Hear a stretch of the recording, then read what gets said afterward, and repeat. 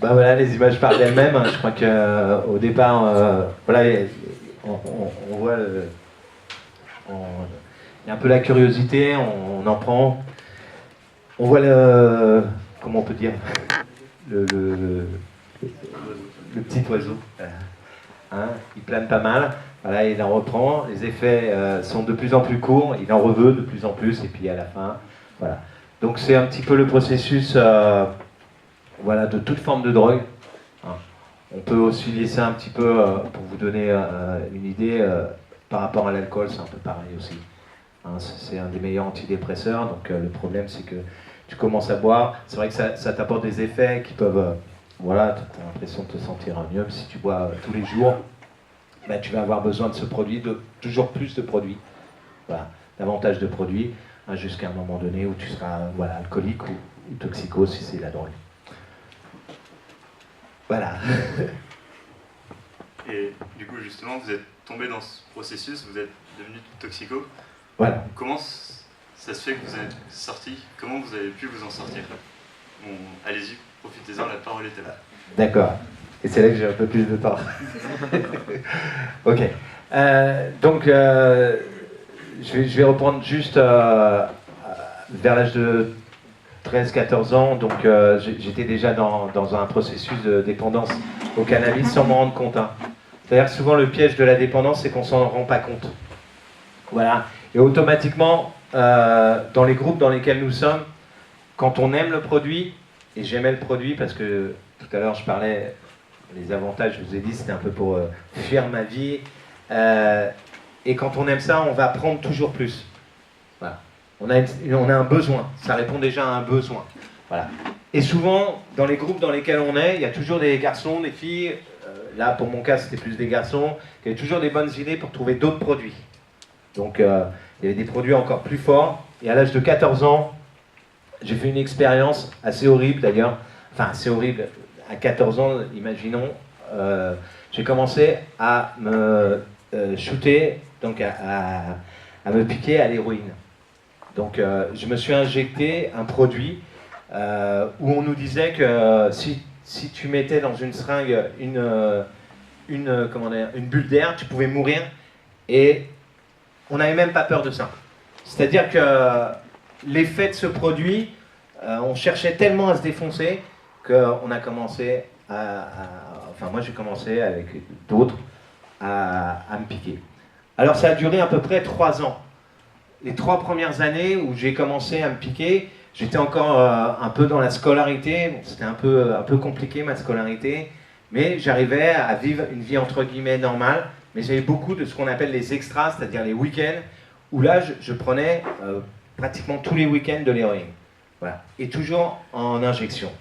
La semaine, je fumais pas mal du shit, je vendais justement pour me payer ma cam, et ça tournait autour de ça. Et puis vers l'âge de 17 ans, où là j'étais déjà dans la petite délinquance, avec des garçons dans les quartiers où j'étais, c'était quand même assez chaud. Je le dis pour info, j'ai écrit un livre qui s'appelle Arraché à l'enfer. Cette histoire, je raconte, dans mon quartier, j'ai perdu une 50aine de proches. L'espérance de vie était de 25 ans. Vous voyez, beaucoup sont morts liés à la drogue. Enfin, pratiquement tous. Et très peu s'en ont sortis. Voilà. À 17 ans, donc une grosse arrestation et une garde à vue qui a duré à peu près 48 heures. Et pendant 48 heures, j'ai fait ce qu'on appelle l'expérience du manque. On voit à un moment donné le petit oiseau qui est mal de plus en plus, il court, il va chercher son truc. Et quand on est en manque, c'est juste horrible. Je suis sorti de ce commissariat et là, je savais que j'étais un drogué. Pendant les 3 ans qui précédaient ça, je pensais gérer mon truc. Et c'est ça qui est terrible. J'avais l'impression que ouais, c'était normal que je me shoot. J'étais dans une logique qui était complètement différente de ce qu'on peut imaginer, mais c'est vrai que j'étais un peu loin de m'imaginer que j'étais vraiment un toxico. À partir de ce moment-là, j'ai essayé d'arrêter. J'ai mis plus de 10 ans. Plus de 10 ans. Et grâce à Dieu, je suis en vie, mais pendant ces 10 années, je vais essayer de faire vite. Donc, il y a eu des cures de désintoxication, et la première cure de désintoxication, je me suis retrouvé un petit peu dans une ferme. C'était génial, avec ce qu'on appelait à l'époque des babacools, on s'aurait cru à la Genèse, hein, mais il n'y avait pas Dieu. Bon, voilà, c'était un peu le bordel, mais je prenais pas d'héroïne, et voilà. Et cette année-là, donc j'avais 20 ans, j'ai retrouvé vraiment goût, parce que j'avais tout perdu. Hein, la sensibilité, ben justement le goût, sucré, salé, tout ça je perdais. Et j'ai même fait l'expérience de rencontrer quelqu'un et découvrir l'amour. Je m'aimais pas, depuis toujours. Hein, je pensais que c'était pas fait pour moi, j'ai cru longtemps que j'étais une erreur, que j'étais incapable d'être aimé, bon voilà. Et les relations que j'avais aux autres, c'était juste horrible, parce que je cherchais, là encore, du plaisir, mais pour moi, il n'y avait pas d'amour, je ne savais pas aimer.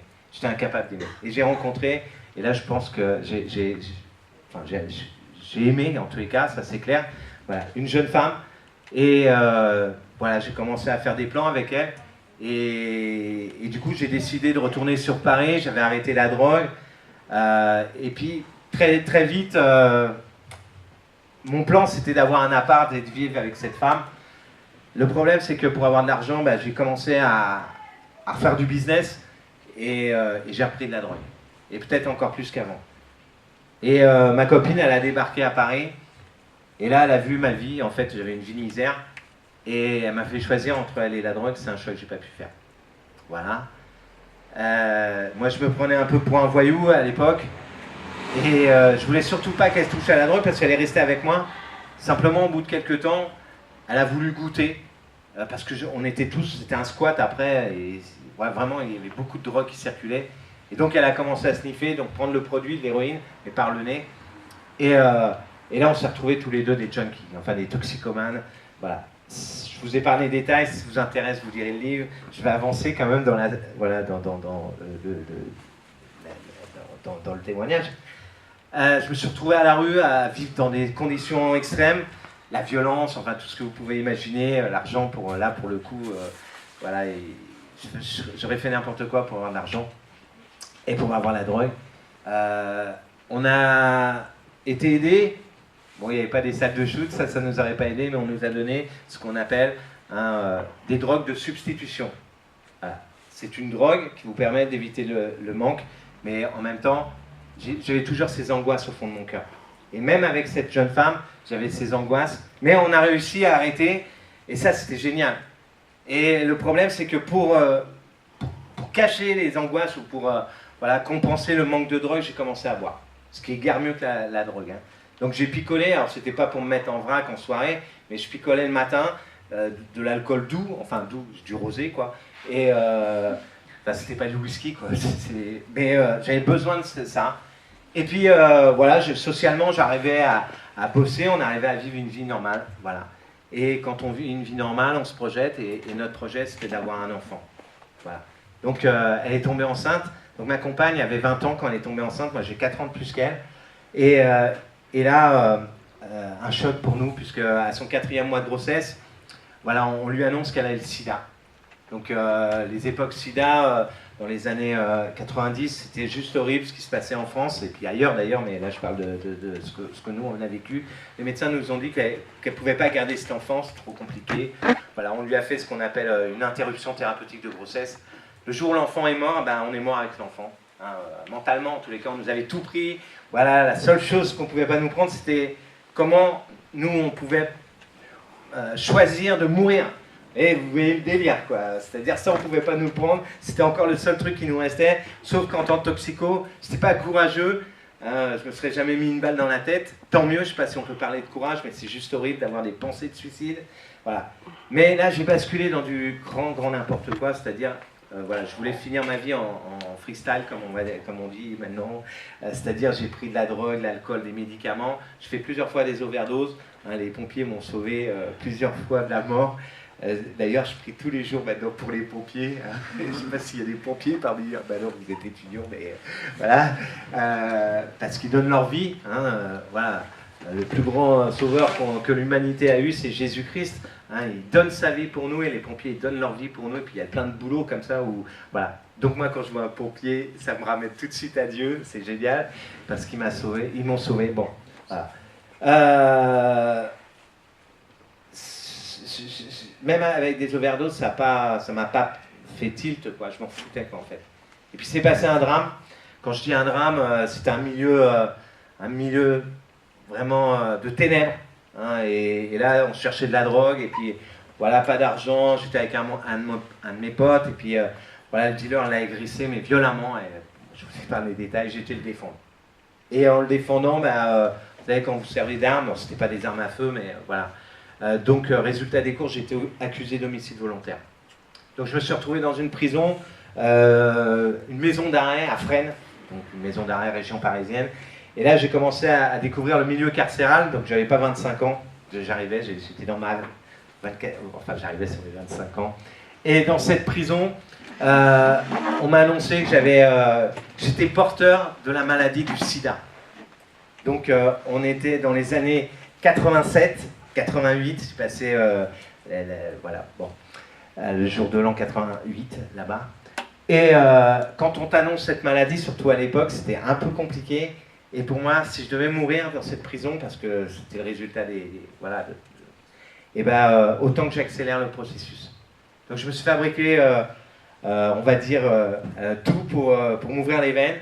Je me suis préparé mon suicide. Ouais. Et en pleine nuit, donc j'ai attendu que les détenus ils s'endorment. Au moment de m'ouvrir les veines, alors que j'étais juste baptisé, hein, je connaissais rien en Dieu ni rien, je m'en foutais de Dieu, c'était pas mon problème, quoi. Voilà, j'avais rien contre Dieu, c'était pas mon souci. Mais là, je me suis dit, si je meurs là, j'aimerais bien qu'il y ait un truc derrière. Et le problème, c'est que j'ai vu un peu ma vie défiler, et ce que j'ai vu de ma vie, c'est que j'avais fait que le mal. Parce que j'étais pris dans un piège. Et j'ai dit, mais si j'ai fait que le mal, peut-être que j'irai pas au paradis. Voilà. Et si je vais pas au paradis, je vais peut-être aller en enfer. Et vu la prison, comment c'était, je me suis dit, si l'enfer c'est pire que la prison, bon, là c'est pas négociable. S'il y a quelqu'un là-haut, voilà, faut qu'il fasse quelque chose, qu'il puisse m'accepter là-bas dans son paradis. Alors, c'était ma première prière, on va dire ça comme ça. Et puis, c'est vraiment du fond du cœur que j'ai crié à Dieu en lui demandant voilà, qu'il m'accepte là-haut. Et là, j'ai fait une expérience incroyable. Je me suis mis à pleurer d'abord, ça faisait très longtemps que je n'avais pas pleuré. Et une grande paix au fond de mon cœur. Vraiment un truc, vous savez, quand vous rencontrez des drogués qui sont complètement stone, ils ne sont pas dans la paix. Ouais, ils sont défoncés, mais ils ne sont pas dans la paix. Là, c'est une paix, comme Saint Paul nous parle, une paix qui surpasse toute paix, quoi. C'est un truc de... Voilà. Et en même temps, je sais pas, c'était complètement dingue ce qui se passait. J'étais rempli voilà, d'une présence. Voilà. Et pour ceux qui n'ont jamais fait cette expérience de l'amour, quand tu ressens l'amour, il n'y a pas photo. Et pour moi, cet amour-là, il était au-delà de tout ce que je pouvais imaginer. Et j'ai fait ce qu'on appelle une expérience, une rencontre personnelle. Alors, moi, je pensais que tous les chrétiens, ils avaient fait une rencontre personnelle. J'ai compris après que bon, tout le monde ne fait pas cette rencontre, mais voilà, tout le monde peut faire l'expérience de l'amour de Dieu, ça c'est clair. Puisque Dieu s'est donné dans son Fils Jésus pour qu'on fasse cette expérience, qu'on le rencontre. Mais moi, je l'ai rencontré un peu bizarrement. Dans cette prison, j'ai vu une image. Et cette image, je ne l'ai pas vue comme je vous vois. Donc, ce n'est pas une vision, je ne sais pas comment on peut appeler ça, ou une révélation, j'en sais rien. Mais j'ai vu une image et je voyais le visage du Christ. Mais c'était un Christ un peu chelou, excusez-moi du terme, un peu chelou comme on dit, parce que c'était ni un être humain, ni un... Mais je voyais une tête, quoi. Et je savais que c'était le Christ. J'ai revu cette image quelques années après, dans un monastère, dans une chapelle. On m'a expliqué, j'ai failli tomber à la renverse, on m'a expliqué que c'était le Saint-Suaire de Turin, la Sainte Face du Christ. Dans ma prison, j'ai fait cette expérience de l'image. Voilà. Et dans cette image, il y avait deux mots qui étaient comme gravés en moi sur cette image, espérance, confiance. Voilà, deux mots qui ne voulaient rien dire du tout, parce que j'étais en prison, parce que j'avais cette maladie, je partais pour un homicide volontaire, donc c'était boum. Et là, j'ai commencé à dire à ma mère, donc j'ai lâché la lame, j'ai cru vraiment qu'il se passait quelque chose, et donc je me suis mis en mode prière, vous savez, les jours qu'on suivit. Hein, alors, je ne sais pas si vous, des fois, vous voyez des personnes, moi ça me fait très rire, des fois on se concentre quand on prie.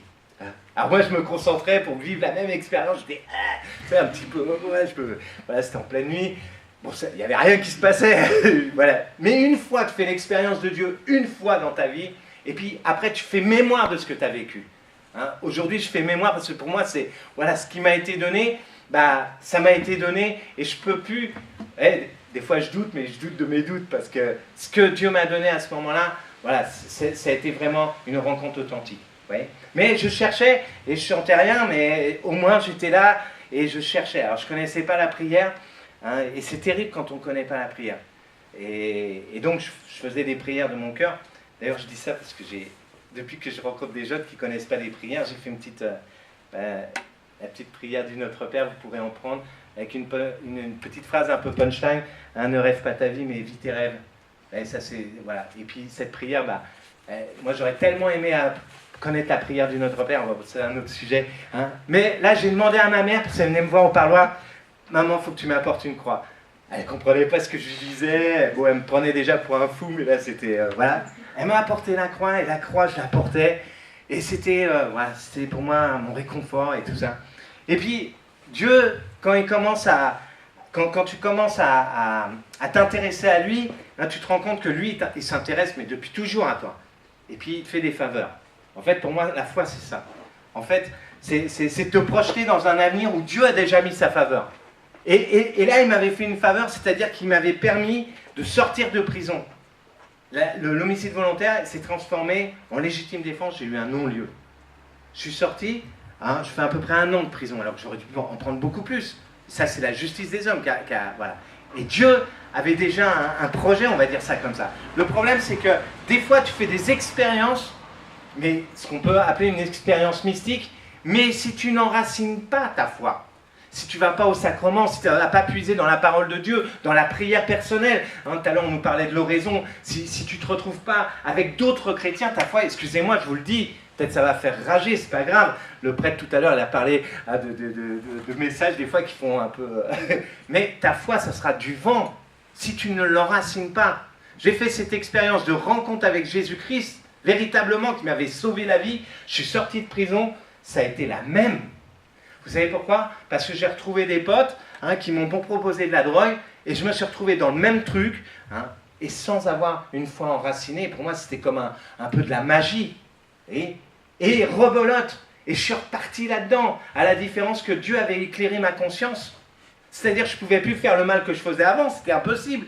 Et en même temps, la maladie, elle était là, ma compagne était très gravement malade. Moi, je commençais à être très malade. Alors, je rentrais dans les églises.